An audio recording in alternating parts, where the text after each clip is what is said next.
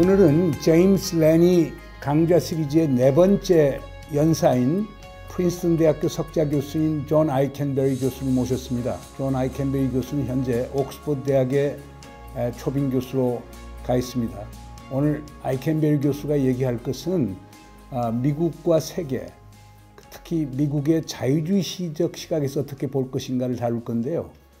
아이켄베리 교수는 리버럴 인터내셔널리즘이라고 해서 자유주의적 국제주의 이론의 하나의 대가입니다. 그래서 오늘은 자유국제주의란 무엇이며 그게 지금 미국 외교 정책에서 어떤 형식으로 나타나고 있는가를 자세히 설명을 해줄 겁니다. 특히 바이든 행정부하고는 아주 긴밀한 관계를 갖고 있어서요. 바이든 행정부의 외교 정책을 이해하는 데 상당히 큰 도움이 될 것입니다. 아무쪼록 여러분 많이 참여해 주시기를 바라고 아마 좋은 강의 기대하셔도 좋으실 겁니다. 감사합니다. Welcome to James Laney lecture. Today's lecture is number 4 in the series. Okay, so far we have featured Charles Kupchan of Georgetown University, and he gave a very outstanding introduction to American foreign policy. And that was followed by Walter Mead. He gave a very, very balanced view of a conservative foreign policy trend in the United States. And also we are lucky to have Robert Collin and Siegfried Hecker at Yonsei University. And they give a very, very provocative ideas on how to avoid the nuclear catastrophe on the Korean Peninsula. The fourth in our series is Professor John Aitkenberry.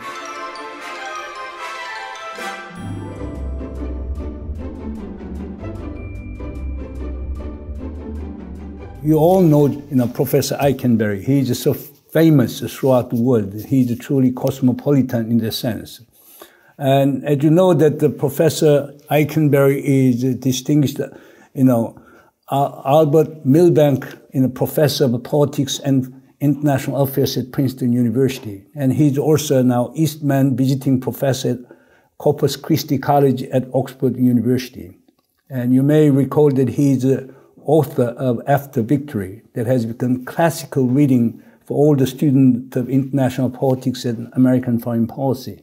And also he wrote the book Liberal Revivism, and then most recently he wrote the book called A World Safe for Democracy. Anyhow, everybody recognizes he's a champion of liberal internationalism. He didn't invent liberal internationalism, but he really matured liberal internationalism paradigm in the United States. And he always, juxtaposed against John Mearsheimer and sometimes Stephen Walt. Therefore, John is kind of icon of liberal internationalism in the United States. And also he has, global reputation for his contribution to the defense of liberal democracy and liberal international order. And he has been extremely busy. He was traveling Sicily. He just, came back from Washington, D.C. yesterday, and he didn't really have a time, but he was kind enough to give a lecture at the James Laney Lecture Series at Yonsei University. Therefore, it will be very interesting setup. And also, I checked the number, the student who enrolled today. I discovered that there are more than 16 nationalities in today's, the audience. Therefore, we expect a great deal of interesting questions from the floor. Okay, voila, John, now is your time for 20 to 30 minutes. Thank you, Professor Moon. It's great to be with you, a dear old friend of mine. And for many years, you and I have been observing the world and discussing the intricacies of East Asian politics and world politics. So it's really great to be with you. And you have been one of the foremost Korean thinkers in political science and in international relations. So it's truly an honor to be with you. We do come together at a very remarkable moment. Crisis and upheaval are in some sense the defining features of our age. Wars in the Middle East and in Europe, and the worry about war in Asia, and of course even deeper what we might call existential threats of global warming and pandemics, technological revolutions that we don't know how to handle. So we're really here at a moment of great uncertainty, fluidity, anxiety, really, about the world. And it's really in that context that I have been thinking about liberal internationalism and trying to bring a set of ideas to the table when the most basic questions of international order are back on the table. What are the conditions for a stable international order? What is the future of democracy? Can it make a comeback? Can capitalism and democracy be brought back into balance? And the question that I've been focused on more than anything else is, what is the future of liberal internationalism? Defined, as I will be talking about it today, as the cooperative organization of the international order led by the liberal democracies. So we're at a moment where these most basic questions are on the table. My own way to do this is to take the long view. I'm a scholar. I think about the long, centuries-long shifts in world politics. That's what I do. And in looking at liberal internationalism, I once again take the long view. Liberal internationalism didn't really begin in 1989 with the end of the Cold War. Even 1945, it's a longer tradition of thinking and of action. And it's a story that is as much about struggle and danger as it is triumph. So I am very much of the view that liberal internationalism and the liberal project is a not just a work in progress, but something that is forever endangered by other forces in world politics. It's not a march to victory. It's not an end of history. Indeed, looking back over the last 250 years, which is the era of the liberal international period, you see as much upheaval as you do success. You have golden eras and you have crises. You have deep contestation across the international system as to how to organize global order. You have close-run things. You have, if you look at the 1930s and 40s, really a moment of what you might call extinction moment for liberal democracies. You had the number of countries who were of that sort shrinking to 7 or 8 countries. There was a real sense that their era was over. And of course, there was this renaissance after this period. But these are the ups and downs that are the context for thinking about liberal internationalism. Indeed, one of the books that really influenced me a great deal in thinking about liberal internationalism is the book by Ira Katznelson called Desolation and Enlightenment, which is a study of liberalism and liberal internationalism in the 1940s, at the period when the world truly had fallen apart. If you think about, if you or any of us on the screen today, but certainly young people in college today, had been in college in 1933, your first part of your whole adult life would have been a period of great crisis. 1929, the stock market crisis and collapse. 1933, Hitler comes to power, so does FDR.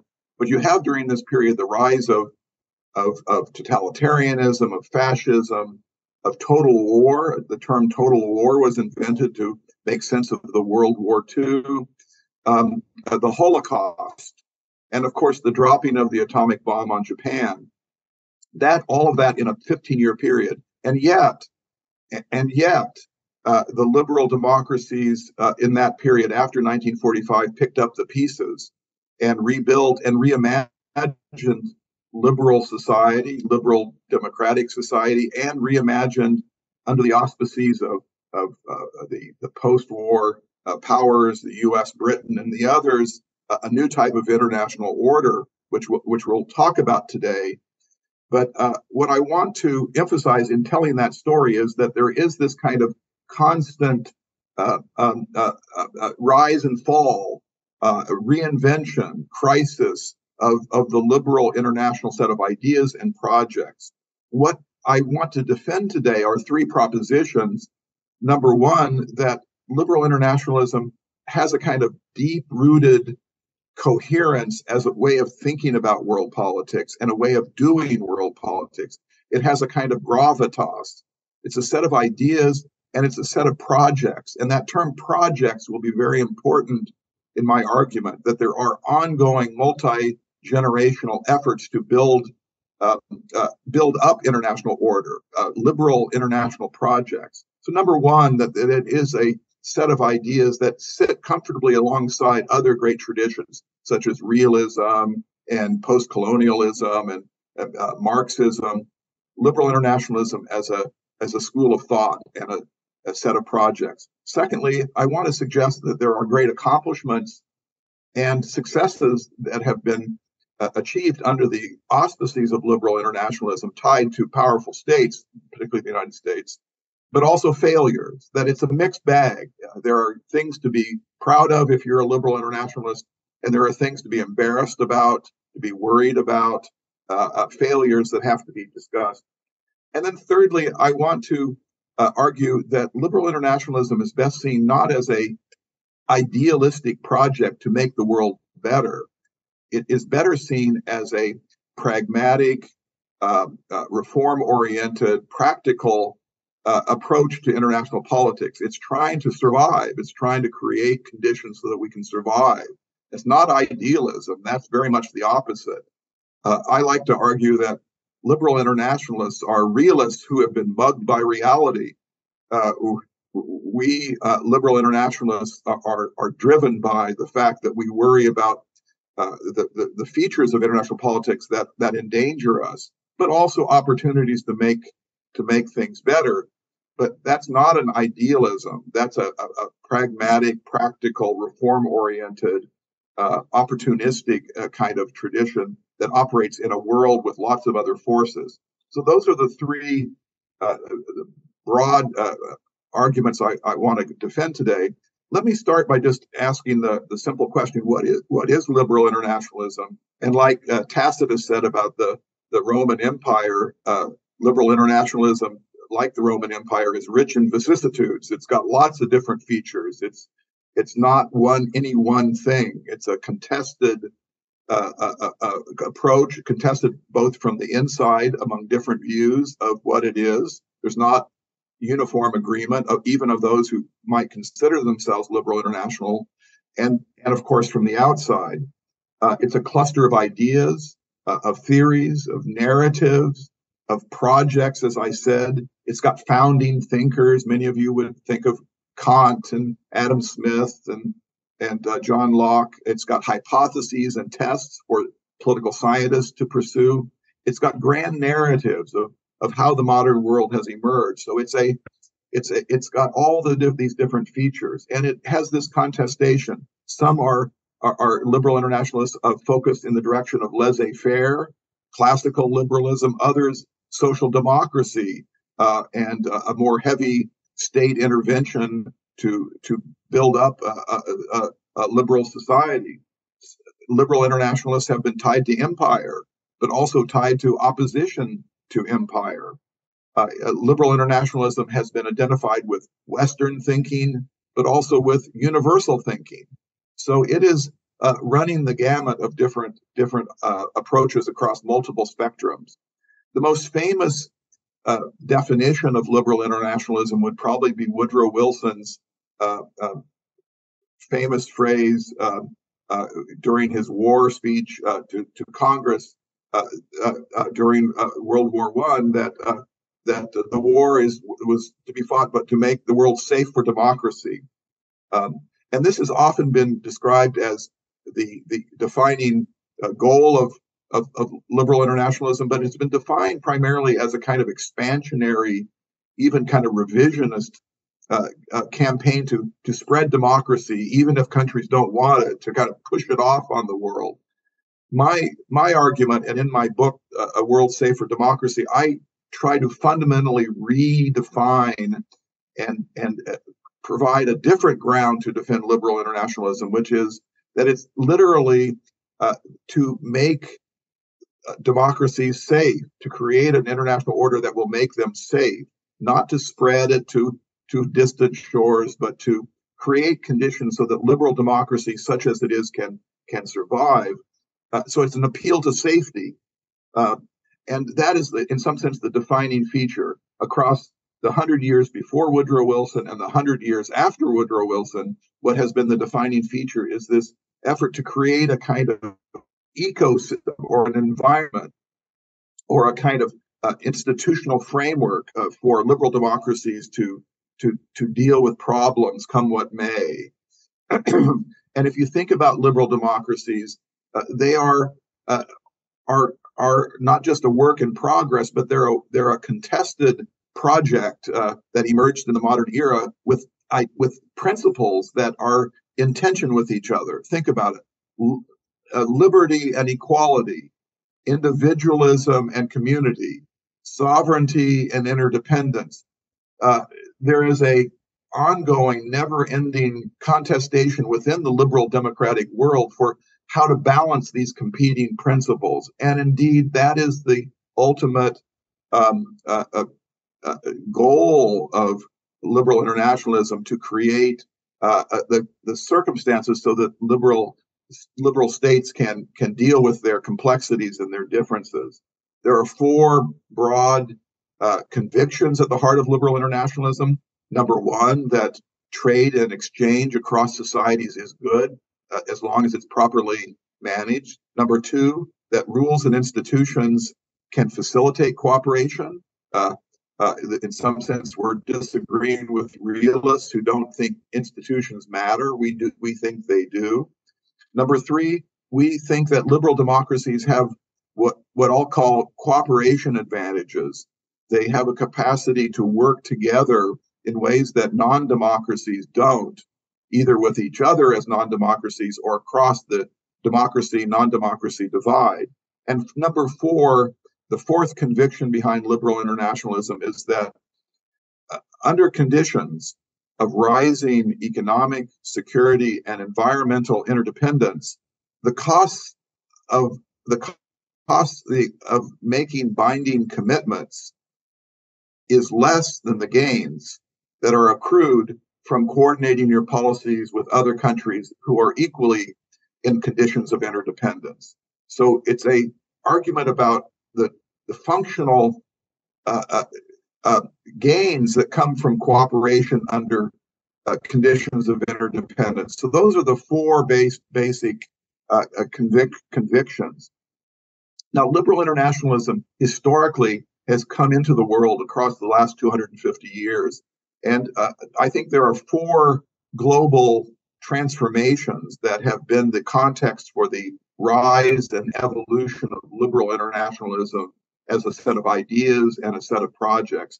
One is obviously the most obvious, which is the rise of liberal democracy itself, what I call the liberal ascendancy, coming out of the age of democratic revolutions, the French Revolution, the American Revolution. And so democracy itself was kind of a new thing. Republican liberal regimes, they were small and fragile and peripheral. They, through the 19th century, became more powerful, more central. But all along, they've always had a kind of fragility, a kind of danger of being overtaken or undermined by geopolitical forces of one kind or another. And so the liberal ascendancy has been a story of the rise of wealth and power of liberal democracies, but also their undertow of fragility. And so liberal internationalism is a little bit like creating egg cartons so that these eggs that we call liberal democracy can be safe and secure and not break. So liberal international order is like a big egg carton in which the eggs, which are liberal democracies, can rest in a way that will not create threats to cracking and breaking. The second great shift was the rise of a world of nation states, the move from a world of empire, which has dominated world history for thousands of years, to, in the 20th century, a world dominated by nation states. That is truly a revolution. That is truly a revolution. The move from a world of empire to a world of nation states, the spread of Westphalia, And this has provided the context for liberal internationalism to think about how a post-imperial world can be organized. And liberal internationalism's great claim to fame really is that it is trying to create a vision of a post-imperial world order. The third transformation is what I've mentioned, the rise and cascades of economic and security interdependence. That has been the driving force for liberal internationalism. If you think of realism, the problem that realism focuses on is the problem of anarchy. The problem that liberal internationalism focuses on is the problem of modernity. The problem of modernity, the modernization, development, and interdependence of societies across the global stage is the problematic that liberalism and liberal internationalism is drawn to. And then the fourth great global transformation is really the sequence of Anglo-American hegemony. You wouldn't have liberal internationalism without British power in the 19th century and American power in the 20th century. And so those four forces, I think, are what are behind the liberal international project. Let me just make a couple more points to kind of clarify some of these observations.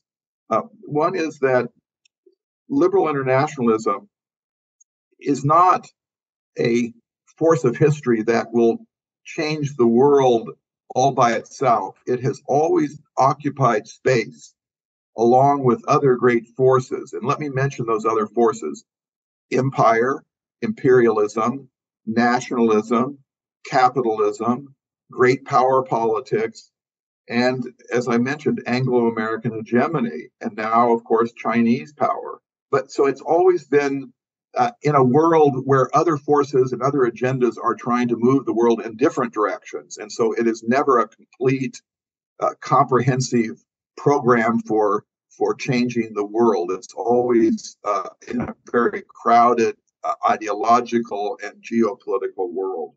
In many ways, it's a flag without an army. It always needs to have allies. And so it helps to have great powers that want to at least partially move the world in a liberal international direction. But to be frank, great powers are somewhat ambivalent about liberal internationalism. So it's always going to be contested. It's always going to be partial. It's always going to be riven with hypocrisy and inconsistency. My next point I want to make, Chung-In, is to say a little bit about these failures and accomplishments. As I mentioned, that's an important part of the story. And I would say that the current weakness of liberal internationalism, and we'll probably talk about Trump, but the failures before Trump, I would say, are threefold. One is the Iraq War really reduced America's credibility as a liberal international state. While I don't think the Iraq War was a liberal war, I think it was more of a hegemonic realist war that can be explained by Mearsheimer's theory better than my theory. The second crisis, the 2008 financial crisis that pushed the liberal project in a neoliberal direction.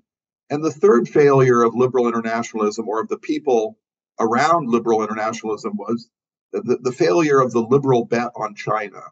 The failure of what many liberals, including myself, thought which was that if China were invited into the WTO and into the liberal international order, that China would slowly open up, not that it would become a democracy, but that it would have a more pluralistic society, and civil society is critical to the operation of a liberal world order. And the idea was that there would be more space inside of China for voices that might bring China closer to cooperation on terms that liberal internationalists were hoping to achieve. But on the other side of the ledger, there has been great accomplishments that far outshadow these recent failures. And I think there are what I'll call the Super Six great accomplishments after World War II that have given liberal internationalism its world historical importance. And these, I'll just list them and then try to describe what they constitute as a kind of aggregate. First of all, after World War II, the liberal states reopened the world economy, created a framework for liberalization of their economies, reduction of tariffs, and ushered in a golden era of economic growth and trade, a period of history the world has never seen before or since. So creating conditions for the generation of wealth and prosperity across large parts of the world. Secondly, creating a framework for the reintegration of Germany and Japan. Germany and Japan were as illiberal, anti-democratic as you could be during the 1930s and 40s, and yet almost overnight they became America's partners and were recreated as liberal democracies and as partners in this liberal international project. And they became what they still are today, which is primarily civilian great powers. Neither has nuclear weapons. They have been partners in this larger liberal order. Thirdly, Germany and France, under the auspices of the liberal order, buried their centuries of disagreement and launched the European Union, the European project, which still is a major source of peace and stability in the world today. Fourthly, all these countries, we'll call them the trilateral countries, Japan and now South Korea, Europe, North America, created after World War II and in the succeeding decades, instruments to cooperate with, instruments for managing interdependence, the IMF, the World Bank, not to say anything about the United Nations itself as a project that came out of the liberal imagination. So creating mechanisms for managing interdependence that are still with us today, multilateral cooperation. And then the fifth success story is creating the conditions. We use the term embedded liberalism, but creating the conditions for European, North American, and East Asian countries to develop a new type of liberal society, not the classical laissez-faire liberal society of the 18th and 19th century, but a more social democratic vision of liberal society where you have a social safety net, you have social security, you have ways in which people are given the capacity to manage their lives in a very unstable world, social democratic, embedded liberal institutions. And then number six, under the auspices of the liberal international order, generations of countries have been able to make transitions to capitalism and democracy and increase their prospects. And I would put South Korea at the top of the list. South Korea is an extraordinary poster child for the liberal international order. It is a country that moved out of military dictatorship to a thriving, rambunctious democracy and has seen its prospects extraordinarily improved.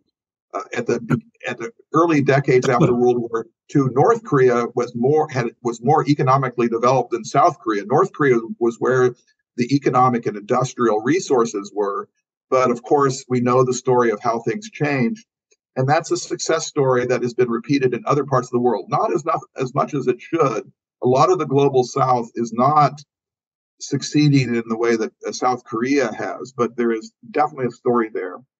And then if you wanted to add a seventh success, it's China. China has had its best decades in 2 millennia under what some people have called the auspices of Pax Americana. China has been a huge beneficiary of the liberal international order. In fact, you might argue that it's gotten more from that order than it's given to that order. And I'll say more about that in a moment. But I want to kind of make this point as powerful as I can, that there has been this liberal international success story. There was an order created that was not simply a new empire. It wasn't a liberal empire. It was really a type of global system, institutions, layers, regional, global, economic, political, security, environmental, that have created a kind of layer cake of cooperative arrangements that have been revolutionary, that were not seen in earlier centuries, that have changed the nature of international politics. arguably for the better, creating, if you want to, what is the metric for comparing international orders across historical eras? I would say there are three metrics. One is physical security. Does the order create safety for people? Secondly, wealth creation. And thirdly, glimmerings of social justice. And in all three of these metrics, over the last 80 years, under the conditions created by the liberal international project, in all of its craziness and all of its vagaries, all three of these metrics have been advanced, and comparatively more so than any other historical era. So to kind of come to the ending part of my lecture, I want to turn now to, and I've hinted at this before, where did things go wrong? I think we all agree that liberal internationalism is in a kind of sorry state. It's not clear how secure it is. The U.S. itself is not as powerful as a patron or as a supporter of liberal international order. We're maybe one election away from a president who might literally try to tear down the liberal international order. So we're really on a knife edge here, or at this edge of a cliff in some ways. Why did we get this? If things have been so good, if the success story is so compelling, why are things seemingly unraveling? And here I would say I've mentioned three of the ways in which the liberal internationalists have been undermined: the Iraq War, the 2008 financial crisis, and the failure of the liberal bet on China. But in some ways, the deeper problem has been the success of liberal international order. It's a victim of its own success. The liberal international order was not a global order during its golden era. It was a partial order. It was a subsystem order. It was inside of the Cold War system, inside of the global bipolar system. It was half of that order. It was what we now look back and call the free world. And so that was a club type of order. Not everybody was in it. Not everybody was invited. And it was, in some sense, an order based on a sense that if you were in it, you got things that were favorable for you. You got trade, you got security, you got access to multilateral institutions that can help you solve problems domestically. You got embedded liberalism. But it also required signing into a suite of shared responsibilities. You had treaty responsibilities. You had security agreement responsibilities. There was, in short, what I would call a logic of conditionality. Yes, you can join the liberal order, but you have to play by the rules and be part of the partnership system. And what really happened after the end of the Cold War was that system was blown open. The alternatives to liberal order fell away.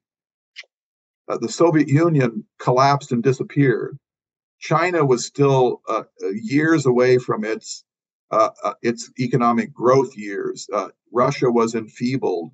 The only game in town was liberal internationalism, and all the countries of the world wanted to get in on the party. And so this logic of conditionality broke down, and it became not a club, but something that was kind of open to everybody to join in. And so I think about it as the liberal international order moved from being a club to being like a shopping mall. You know what a shopping mall is, a kind of big, sprawling center where lots of stores are up and running, and you can go into the shopping mall and go to whatever store you want to. You can go to the Apple store, or you can go to another clothing store, but you don't have to join a club. You just go and get what you want. In many ways, that's what happened, and that's certainly what China did. They got access to the trade system. 1 billion people after the Cold War were brought into the global labor market, many of them, of course, Chinese and Indians and others. There was an explosion of this system and an undermining, and this is my argument, an undermining of the political solidarity and the foundational system of that liberal order. So it's a kind of Karl Polanyi crisis, as opposed to a kind of E.H. Carr crisis of anarchy problems. It's a modernity problem that liberal internationalism, which of course is interested in the problems of modernity, in some sense has fallen victim to the problems of modernity. Final point, Chang'an. In some ways, I think the Biden administration gets the analysis that I'm presenting. I think that after the Trump years, the Biden and his team, I think of Secretary of State Tony Blinken and National Security Advisor Jake Sullivan, I think they would probably agree with a lot of what I've said. That in some sense, to rebuild the liberal order, we need to go back to basics, and we need to, in some sense, rebuild the club. And so it's not that we need to turn our backs on China and the global South. Far from that. In fact, one of my big arguments is that the liberal order has to speak the language of the global South, needs to not preach to the global South, but to find common cause with the global South. But it does mean that you try to rebuild the club of democracies, and you try to create and reestablish embedded liberalism. You move beyond the neoliberal moment and create the conditions for the return to a kind of stable cooperative order that cannot substitute for global order or for the United Nations, but that will, if I'm right, become a kind of nucleus, a kind of core of states that can drive the reform agenda to create institutions that we need globally for the 21st century, for cooperation with other countries that want to join in, including China. But in some sense, you've got to get that core of countries working again, so that you can have something stable to expand outward, and that I think is the agenda. Every other period across the last 250 years has been one where you've had great successes followed by upheavals and dangers, and that's kind of where we're at today. And it's really, in many ways, the next generation, your generation, young people, to the extent you care about freedom, democracy, rule of law, anti-corrupt societies, counterweights to autocracy and dictatorship, to the extent that matters to you, wanting to live in a civil society beyond the reach of the predatory state, values that I would like to pass on to my son and his future grandchildren, that kind of world is in danger, and we need to find a kind of re-equilibrium, or a new equilibrium where these countries can defend those values, and everything else follows. If you can't get that right, forget about finding solutions to global warming. So that's Chang'an, where I'll leave things, and I look forward to your questions and the conversation. Thank you very much for your brilliant speech. But my first question is, when we talk about liberalism, we talk about classical liberalism, neoliberalism, cosmopolitanism. How do you, categorize your liberal internationalism within that contending liberal schools of thought? Do you think that your liberal internationalism constitutes itself as an analytical framework, or part of neoliberal thinking? Well, I think when I started writing my book on liberal internationalism, and here's the book, which I started out writing as a set of lectures that I gave at the University of Virginia on the week after Donald Trump was elected. So in November of 2016, I wanted to, in some sense, go back into history and find out what liberal internationalism was as a tradition, because in some ways I was writing the book with the idea that maybe that era is gone, And it's sort of like trying to capture something in amber that can be preserved so that future generations can see what the ideas were that led to all this great modern order building. And so what I found was that it's an eclectic set of, it's a family of ideas. And Michael, the liberal theorist, has described liberalism, by which we really mean liberalism, as a family of ideas with lots of different pieces that are kind of both fit together, but all are kind of in contestation with each other. And that's what I would say about liberal internationalism. Liberal internationalism, the wellsprings, the intellectual and political wellsprings of liberal internationalism is liberal democracy. We wouldn't have liberal internationalism if we didn't have the emergence in the 18th century of something called liberal societies, Republican liberal governments. And they have, of course, shared interests and values. And as I suggested, that what motivates liberal democracies internationally is to find a kind of framework or a kind of ecosystem so that their domestic institutions and principles can be preserved. Their shared vulnerability to the problems of modernity. But over the course of 250 years, what liberal democracy has changed. And that it's obviously changed across these eras, the classical liberal era of the 19th century that broke down really with World War I, the progressive era that occurred both before and after World War II, the social democratic New Deal era during the 30s and after World War II, the Cold War liberalism and neoliberalism of the 1990s. In each of these periods, the kind of coalition of ideas that are brought together has shifted. Some ideas have been added, some ideas have been subtracted. And what happened really in the 1990s, really beginning almost in the 70s, was the falling away of the social democratic feature of liberal internationalism to, as you suggested, this kind of neoliberal rump vision.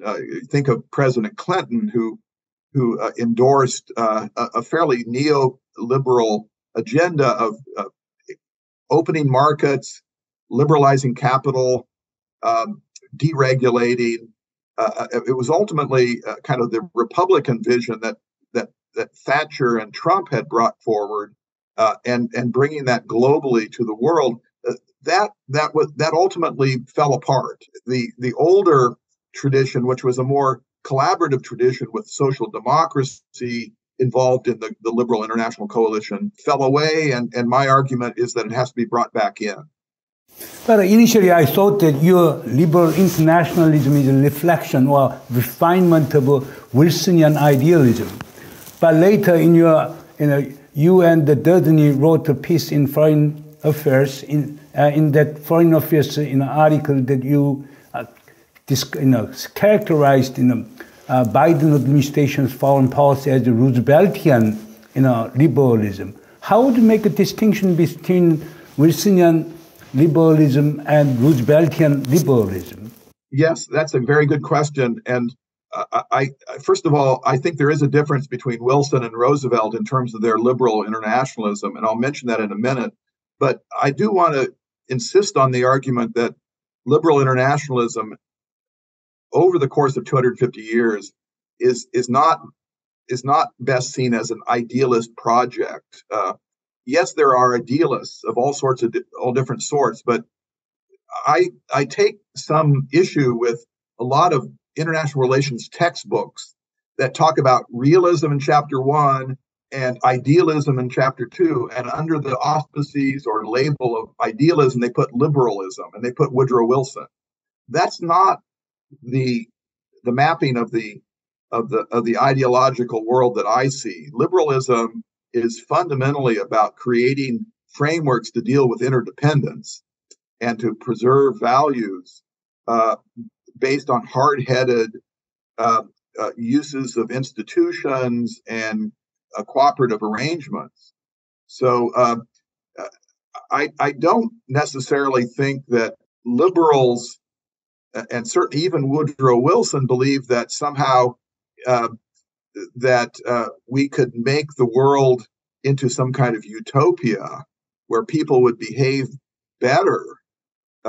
And let me just say a little bit more about this, because this is very important for understanding what liberalism is and what liberal internationalism is as a pragmatic, even what we might call materialist theory of history, as opposed to an idealist theory or constructivist theory of history.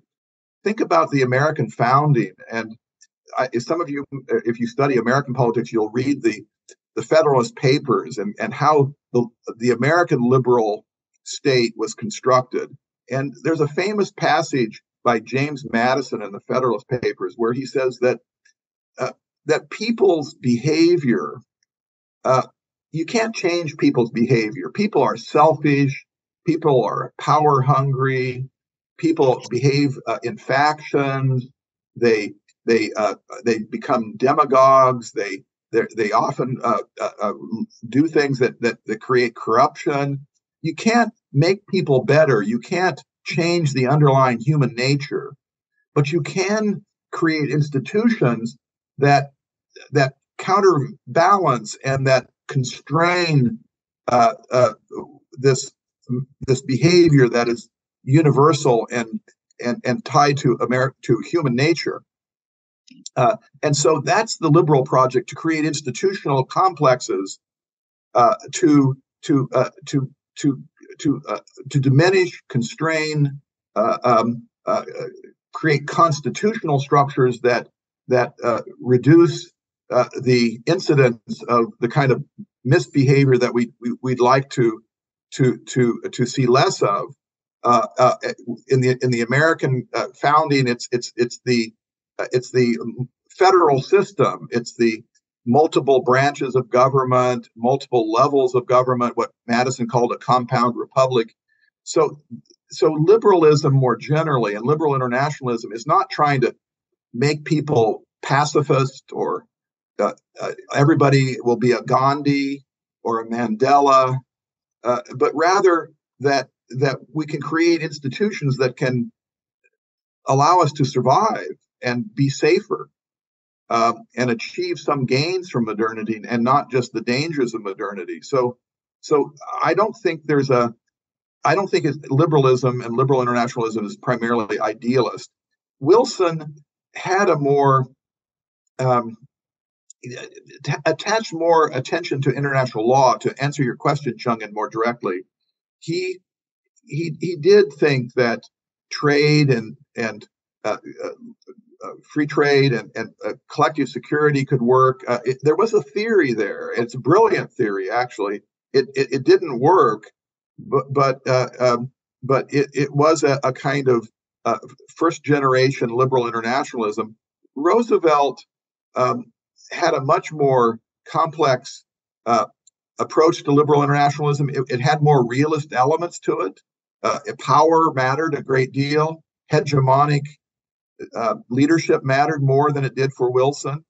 In many ways, Wilson's liberal internationalism was premised on an optimism that liberal democracy was spreading worldwide.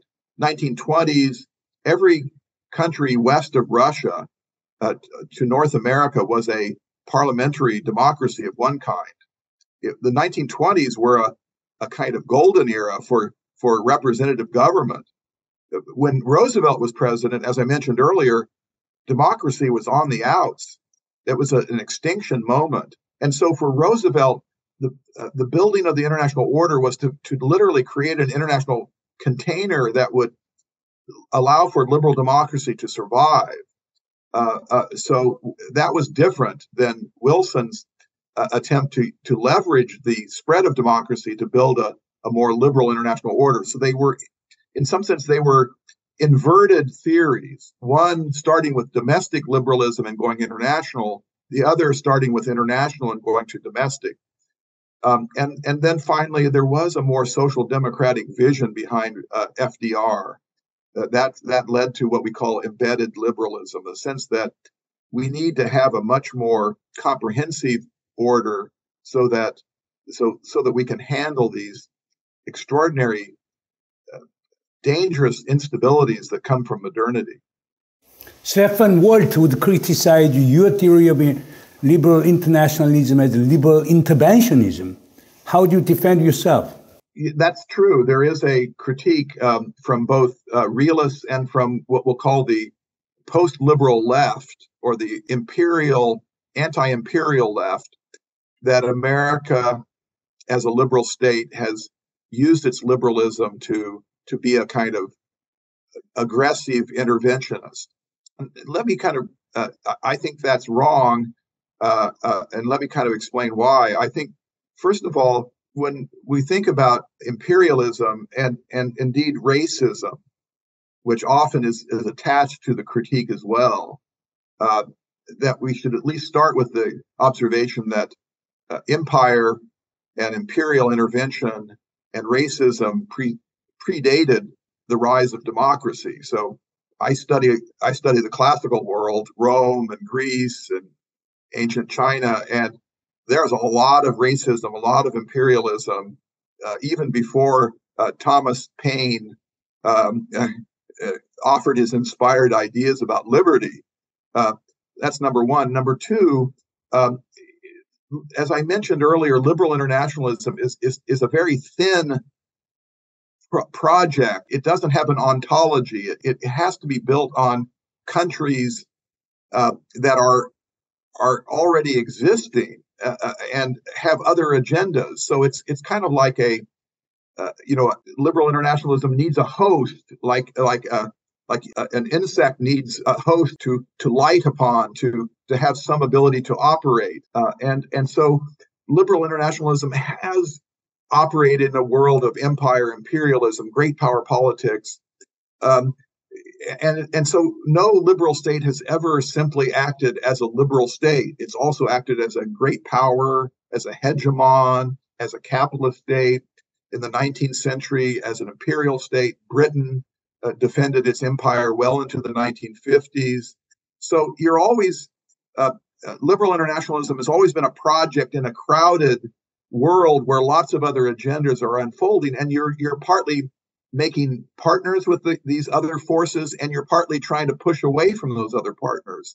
And so, and you're often used by these partners for other purposes. So the Iraq War intervention to overturn the Saddam Hussein regime was ultimately a hegemonic project that international relations theorists of a hegemonic realist sort, Robert Gilpin, and quite frankly, John Mearsheimer, his offensive realism theory better explains the Iraq War and explains NATO expansion more than liberalism does. So a lot of interventionism out there, the Vietnam War, that was a global balancing project against the Soviet Union. That was as much about balance of power, bipolarity, as it was about liberalism and trying to bring freedom and democracy to Southeast Asia. So you need to be very careful in identifying cause and effect for interventionism. And then finally, liberalism does have an emancipatory idea at its heart. We mentioned Thomas Paine. The ultimate source of the liberal inspiration in the real world during this late 18th century period was pushing off against autocracy and monarchy. The United States was the first post-imperial state. It became independent because it wanted to withdraw from and liberate itself from empire, in this case, the British Empire. And later revolutions in Latin America and Haiti that were also Republican revolutions were likewise against powerful states, against empire. So the DNA of liberalism has an emancipatory feature to it. Yeah, but here, I agree with your analysis of great contribution of liberal internationalism, but in the past. But how about the present and the future? You look at American politics nowadays. Now there is a rise of Jacksonian populism, and Trump is capitalizing on the rise of this Jacksonian populism. But you and Dudney argued powerfully in your foreign affairs article that in order to ensure survival of liberal democracy and liberal internationalism, there got to be sweeping institutional reforms and policy changes home and abroad. But I don't see that chance in the U.S. With that kind of possibility, what would be the feature of liberal internationalism, even the feature of liberal democracy in the United States? Absolutely. I think one of the arguments I've been making today in this lecture is that the domestic story of liberalism is deeply tied to the success and failure of international liberalism. And I think we're at a very dangerous moment. As I mentioned, I think Trump is very dangerous to what I would call the liberal international project. And he's partly been made politically successful and his populist appeal because liberalism itself has failed in some sense to maintain a kind of society of opportunity and economic safety at home.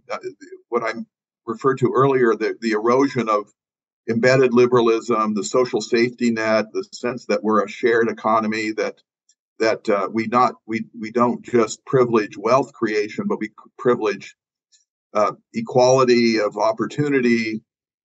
We share the bounty of modernity with each other, and that failure is a domestic failure of liberal democracy in the United States. I think it's also a failure in other countries, partly driven by technology, demography, and ideology. But you're absolutely right that there is a danger. In some ways, I would put it even as simply as this: that the danger to liberal democracy, to liberal internationalism internationally, is greater inside of the United States than it is in Beijing or Moscow. I don't worry as much about China or Russia as illiberal challengers to liberal internationalism. That's a challenge. I think we want to talk about that. I think we have to push back on China. We have to push back on Russia. But that's not where the story will be told. It will be whether liberal democracy starting in the United States and Europe, in Japan and Korea can maintain their system and create and keep liberal democracy functioning. And Trump is very much a threat to that. I would note that one of the things that Trump is not like the first time this has happened. Liberal societies, and this is a slightly more philosophical and historical point to try to answer your question, Chung-Yin, but from the very beginning of the liberal democratic moment in the late 18th century onward, these societies have never been entirely liberal. The U.S. had slavery, and it had a constitution that permitted humans to be considered as property. That we fought a civil war to end that, and decades of constitutional reforms that were meant to create more reality to the principles behind the American regime of all men are created equal, a government by, for, and of the people.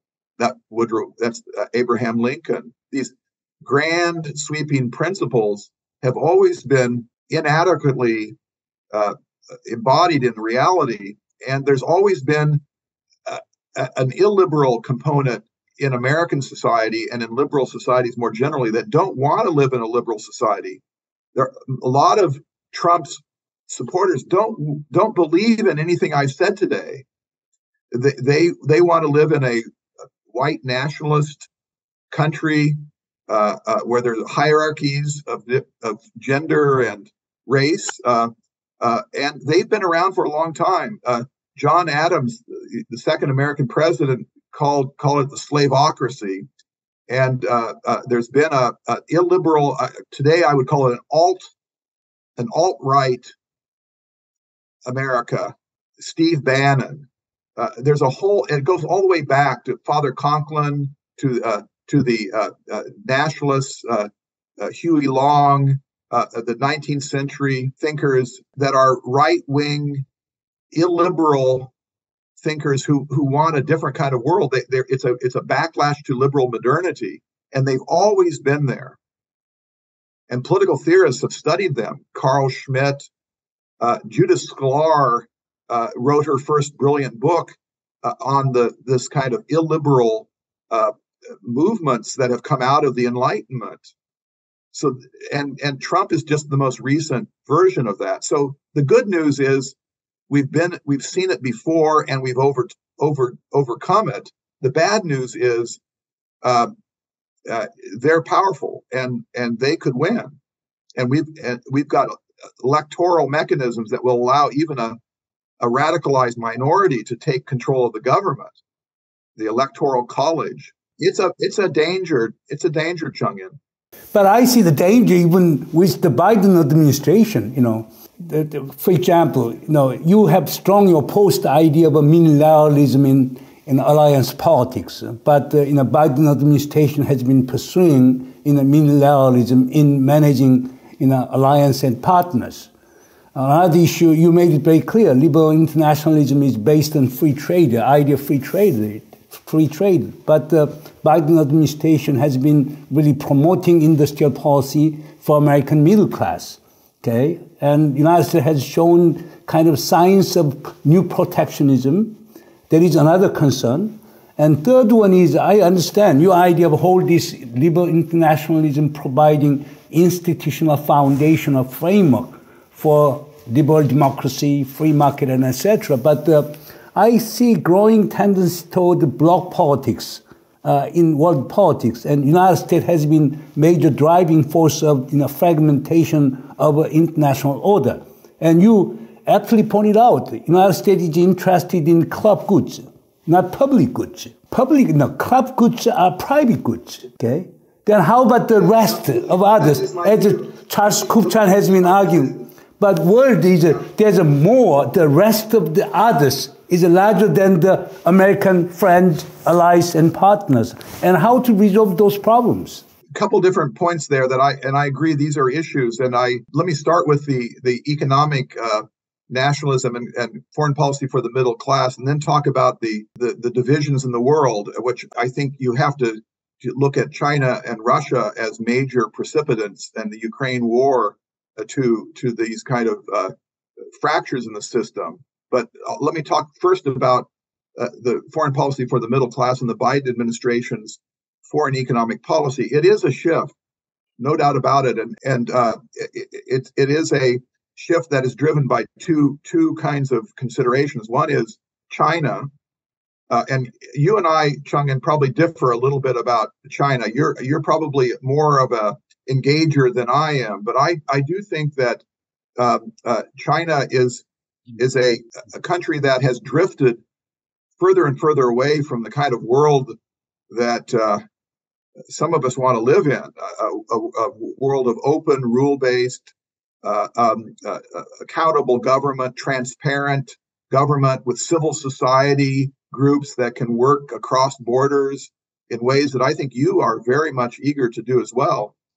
But one of the threats is, of course, China taking technologies, economic gains from its integration in the liberal international order and using those gains to become more powerful and contest that order.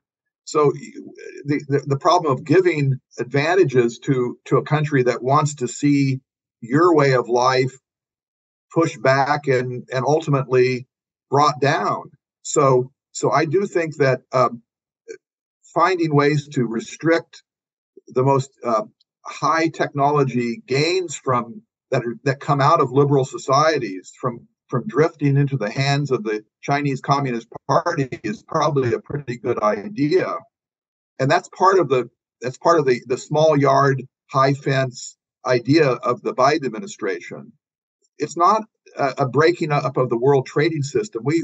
At the end of this decade, there will be more trade between China and the outside world than now. We're not talking about moving back to the 1930s, but we are talking about some more strategic restrictions that in areas of dual use technology, so that we do not hand instruments to the Chinese Communist Party and the military that will then be used against us in the South China Sea or in Asia Pacific or more generally. The other motivation of the Biden administration is rebuilding the industrial base of America, which has been the source of the Trump populist backlash. So we can't be a liberal international state if our economy is hollowed out and half the country feels like they're not gaining from the liberal international order. So it has to be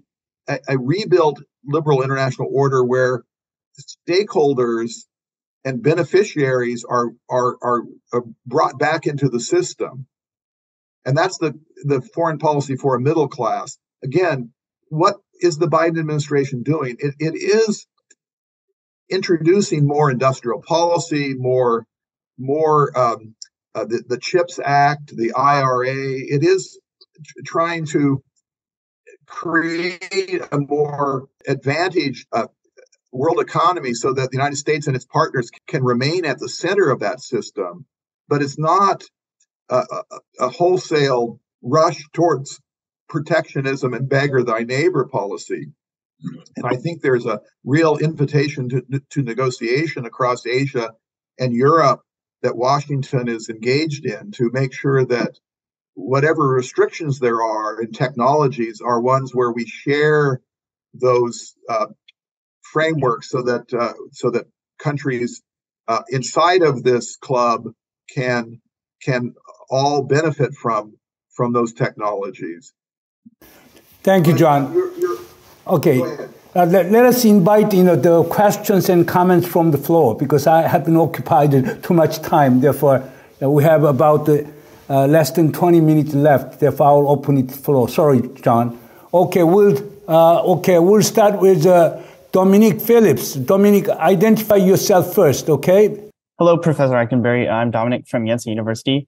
My question is, I think a great challenge for American foreign policy is that we're increasingly seen as hypocrites, like wanting China to obey the law of the sea, but not being part of the Convention on the Law of the Sea, or wanting Putin to face justice, but not being part of the ICC or ICJ. Realists would probably say that it's a fool's errand to kind of sacrifice sovereignty by joining these groups and covenants and all. But if America were to do this, what difference do you think it would make?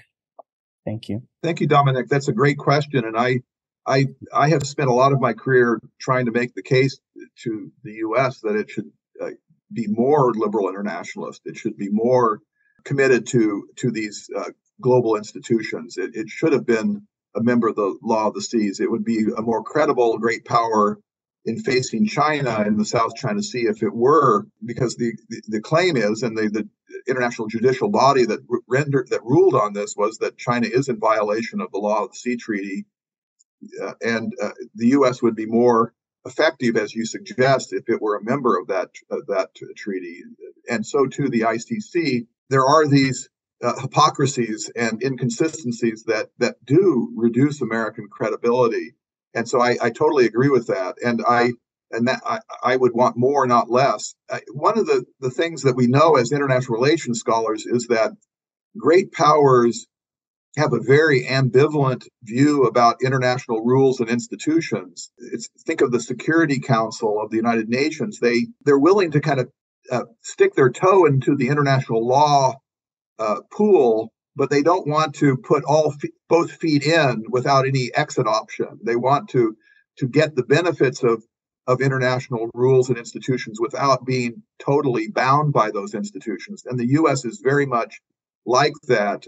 It has been the most active purveyor of a world built around multilateral institutions all the way back to Woodrow Wilson and through the 20th century. But it's been very ambivalent about playing by the rules. And so it is a kind of mixed relationship. Great powers, you need great powers to uphold international law, international rules and institutions, but great powers will never commit themselves 100%. So you have to live in this world where you get as much as you can from them and accept that they will often undercut, bypass, exempt themselves from those those rules and institutions. So it's always a kind of muddled, compromised relationship. And for me, you can see the United States squirming in its response to the Gaza crisis, because it sees its own principles to some extent muddied by that it has upheld and sought to uphold in the Ukraine war, in its less than clear-eyed position on Gaza. So it sees itself caught between these principles that make it very difficult for it to be as credible as I think you rightly mentioned, Dominic, that it would want to be in everything else being equal. Okay, let's get to the Tyler Nguyen. All right. Yes. Thank you for a great lecture, Dr. Aighenberry. I'm Tyler Nguyen. I'm a master's student from the Yonsei Graduate School of International Studies. So my question is, how do you perceive the role of unilateralism within the framework of liberal internationalism? Specifically, can unilateral alliances among like-minded nations effectively uphold and spread liberal norms and values, or do you think they risk creating fragmentation and exclusion in the international system? That's a great question, Tyler. I do think that they're, for better or worse, they're with us for the foreseeable future. This is how I would put it. Over the last 250 years, the most important sources for liberal international order have come from two types of rulemaking mechanisms. One is, we'll call it constitutional rulemaking, which comes after the Great Wars. That's Versailles, and after World War II, these constitutional moments after the war is over, rebuilding the order with first principles, new institutions. We're not going to see that happen again. But that was the great engine for rulemaking. The second great engine for rulemaking was what I would call hegemonic. That occurred during the Cold War, for example, and to some extent after the end of the Cold War. The U.S. will still be the most powerful country in the world for some time, but it's not, as I mentioned, and as Chung and Moon indicated, in the position to kind of be a global rulemaker as it has in the past. What will be the driver of rulemaking are these kind of mini-lateral projects, which I would call coalitional rulemaking. Coalitions of like-minded states working together. The other kind of rulemaking mechanism that we're likely to see is what I call competitive rulemaking.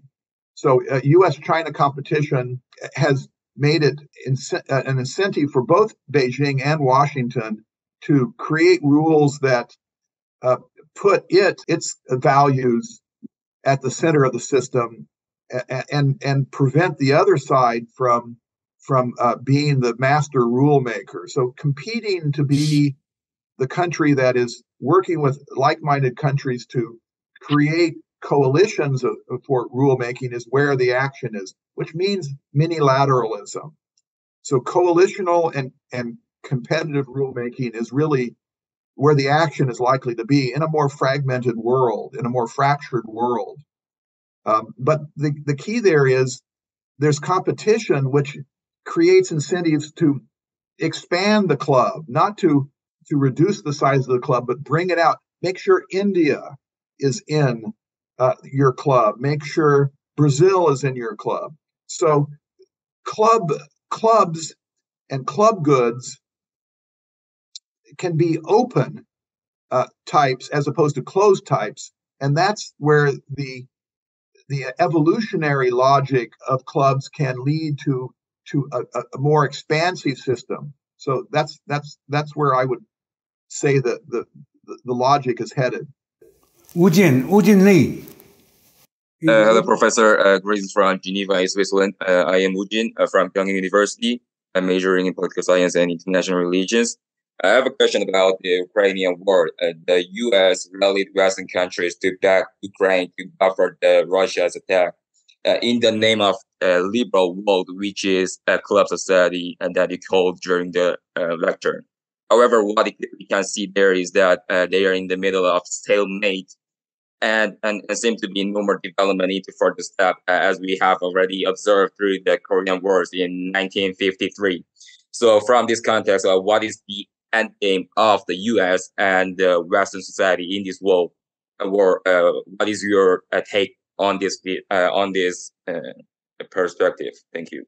Yes, that's a great question, Woo-Jen.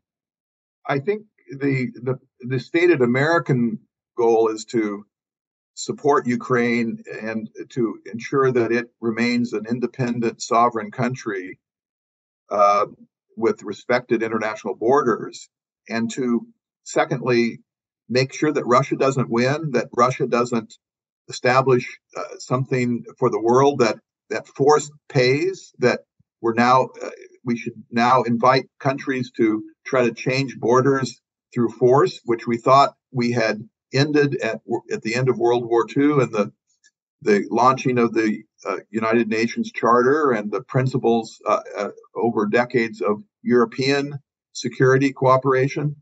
All of that is at stake. So it's both a specific goal for Ukraine that it not be colonized and imperialized by Putin, but secondly, to find some way to reaffirm and reestablish these broader principles, which, by the way, are not simply liberal principles. The principles that Putin is violating in Ukraine are United Nations Charter principles.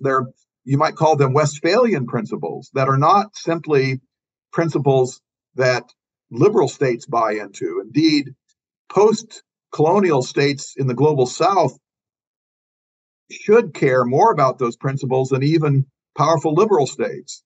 So it's a kind of irony of the situation that a lot of global South countries know what is right and wrong in the case of Ukraine, but they're not willing to put their weight behind their knowledge of what is right and wrong. Good evening, Professor. My name is Eva Pankin. I'm from Yonsei University. My question is, if you had to kind of compare Mao Zedong and Joseph Stalin in terms of how they view modernization, because they had kind of similarities and differences, what would you say would be their most similar and different and difference in their times of ruling, like how they rule differently? Wow, that's a great question. I can't probably provide you a very good answer. I'm not a specialist in either case, but for me, they're both fascinating leaders who have shaped the 20th century. Stalin clearly, in some sense, the face of totalitarianism and of a statist project of modernity. Mao, a revolutionary figure who probably had a more expansive ideological view of China's role in the world and the ingredients for social transformation of China. So they were both, in some sense, creatures of the modernity transformations of the 20th century, in some sense on the outside of the Industrial Revolution, looking in, trying to figure out how their countries at very different stages of economic development could find a pathway. Both have amazing amounts of blood on their hands. Both were you have to call them, they're both mass murderers, and sit alongside Hitler as the three greatest mass murderers of the 20th century. But they clearly are giving us lots of historical material to sift through as we think about how modernity unfolds and the prospects for rescuing some measure of liberal modernity. Okay, Abdisalamova. Thank you for the opportunity to talk. I'm really honored to talk and ask you a question.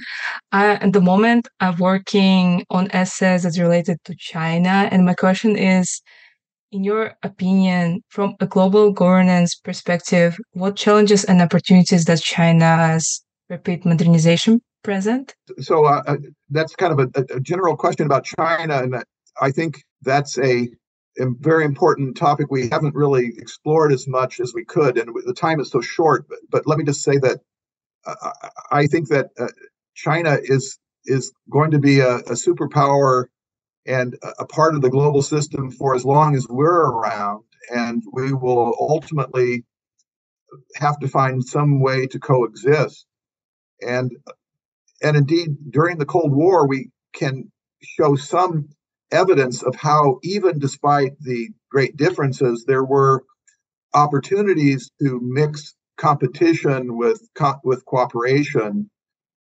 During the Cold War with the Soviet Union, Europe and the United States worked with the Soviet Union on very specific areas, which entailed food security and working together through the WHO on finding a vaccine for smallpox. Later on, nuclear weapons negotiations. What all these areas have in common is that there was some effort to engage in what might be called risk management, to note that to be secure, you have to find some way to work together, even if you are ultimately making very different bets about where modernity is going, and you don't want the other regime to dominate the world. You have a responsibility, and I think you saw this articulated by Xi and Biden in their San Francisco meeting, to show the world that they are willing to manage their differences. And so that's where I think we're headed. I think China and the United States have very different models of modernity. Different, Habermas, the German philosopher, would call them different modernity projects. And you all know where I stand on which one I think is more likely and more desirable. But this is going to be a contest for the world, and let the games begin, and we'll see. There's going to be a lot of competition, and part of that will generate outcomes that we can then look at and see what works best for the world. And so I think that's where we're headed. Okay, we have just, I will extend 5 more minutes because there are lots of students who are raising questions. Therefore, okay, Fedra. Thank you very much for your insight, Professor. My name is Fedra from Yonsei University. So before you stated there's a lack of U.S. leadership currently, and in the lack of, or even a vacuum of U.S. leadership in the liberal democracy, is it possible for other countries or maybe groups of countries that can fill in the vacuum? Thank you very much. Yes, that's a very good question, Fedra. And I should have mentioned that earlier, that I do think that in that question of minilateralism and the coalitional approach to rulemaking, which I think is going to dominate, and the competitive rulemaking model that I suggested was the other model that's likely to be dominant. I think we are moving towards a system where there's more diversification of leadership. In Asia, it's no longer what used to be called the hub and spoke system, where the things are decided in Washington and in a secondary position in Tokyo and Seoul and elsewhere, to a more, what I would call, a kind of lattice work system where you have lots of different nodes of leadership. The Indo-Pacific region is increasingly marked by those kind of features.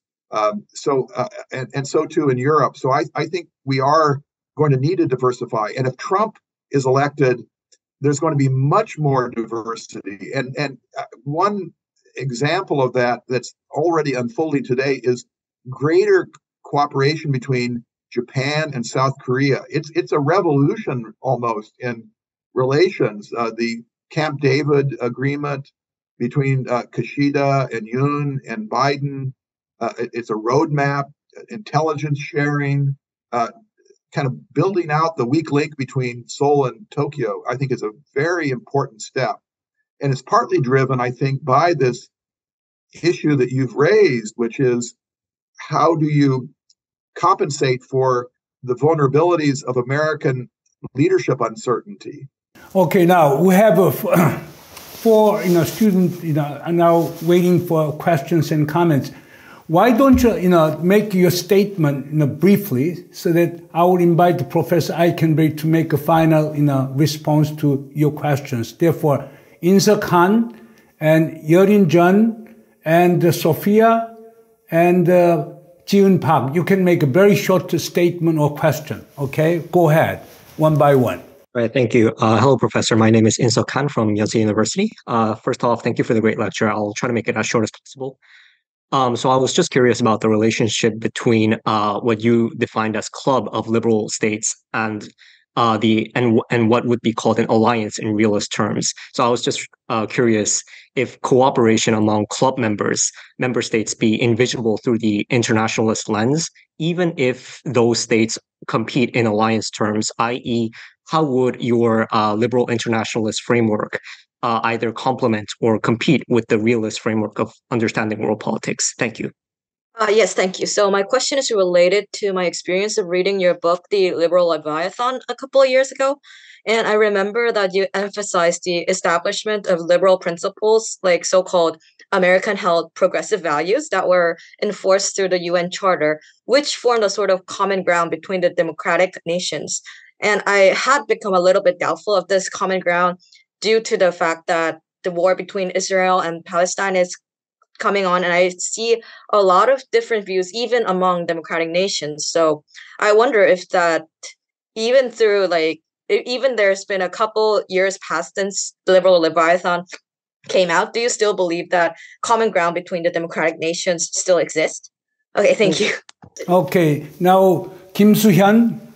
Yeah, thank you. My name is Hyun Kim. I'm from Yonsei University as well, and my question will be quite simple. So with regards to liberal internationalism, would it be possible to create certain conditions or ecosystem so that democracy can both survive and be promoted to the extent where a grand alliance in Asia, a central mediator or players being Asian countries can emerge? And yeah, that's my question. Thank you. So I'm from Yonsei University. My question is, in what ways are AI technological advancements affecting the flow of information and consequently the health of democratic processes and liberal democracies, and how it's going to shape the approach to ethical considerations in trade, human rights, including cybersecurity and data privacy? Are constantly being surprised, and we have to be able to rethink our views. And indeed, one of my areas of rethinking has been rethinking how to deal with illiberal powers such as China and Russia. That we have to continue to think about how the world is revealing itself and how we should act in accord with that reality. I would say that, to summarize, that liberal internationalism, weak, thinly politically organized, always having to accommodate itself to other impulses, both inside and outside the democratic world, nonetheless is a kind of very capacious, critical perspective and set of projects to navigate the 21st century. Liberal internationalism is a map, liberal internationalism is a compass, and liberal internationalism is a flag that allows us to see, to act, and to build solidarity to make progress on problem solving. When we look historically, which I like to do at the past, we see that the world for all these different centuries have been dominated by two types of international order: either very intense raw anarchy, balance of power and war on the one hand, or empire and hierarchy on the other. So anarchy and hierarchy have been the dominant modes of world politics, and it's been, in either case, based on coercion, power, oppression, submission, and violence. What the liberal era has given us is what I would call a third way between anarchy and hierarchy. It's not as clean, it's not as coherent, but it's based on intergovernmentalism, it's based on reciprocity, it's based on institutional strategies for coping with interdependence. it's based on a vision that modernity and industrial modernity is generating both great opportunity and great dangers. Modernity is sort of like, I don't know whether this book that I read when I was a kid by Robert Louis Stevenson, Dr. Jekyll and Mr. Hyde. Dr. Jekyll and Mr. Hyde, a doctor who had during the day treated young children for disease, and at night he was in his laboratory finding ways to poison and kill people in back alleys. So Dr. Jekyll and Mr. Hyde, well, that's modernity. We are in a world where technologies are going to both give us new opportunities, such as AI, but also going to, in some sense, put tools in the hands of bad people that can make life even more dangerous. So the solution, the only hope we have is some kind of third way between hierarchy and anarchy, cooperative system. And then finally, where that cooperation comes from, it will come from many different angles. But we do know one thing, and that is that liberal democracies have a cooperation advantage. In their DNA, they have a commitment to open, rule-based order. And they have principles that embarrass you and make it important for you to do better. A work in progress that the U.S. is an example of this. It has never lived up to its principles. But as Samuel Huntington said, America is not a failure. America is a disappointment. But because it's a disappointment, it's also a hope. Because precisely being a disappointment means that there's a gap between what you want to be and what you are, and that creates the project of moving forward. And that is where I would put the future bet, that liberal internationalism still has a future. People still want to live in an open world, free societies, civil society where the state doesn't read our mail and doesn't tell us what to think. And I do believe that future is still ahead of us. John, thank you very much for your really enlightening lecture on liberalism and liberal internationalism. It was a great, opportunity for us to learn about American liberalism. Yes. Hi, Professor Bulkett. Do you want to raise a question or? Professor Moon isn't here. I'm sure he would want us all to thank you for an amazing presentation and some really, really thought-provoking material. I don't want to step on toes. Perhaps a well-deserved round of applause to take us out. Thank you very much, Professor Aickenberry. That was amazing. Thank you.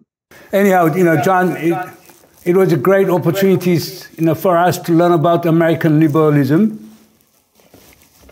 Anyhow, John, thank you very much. We'll stay in touch. And as you know, that we'll be making book out of these lectures. Therefore, your chapter will be very, very brilliant chapter in our book project.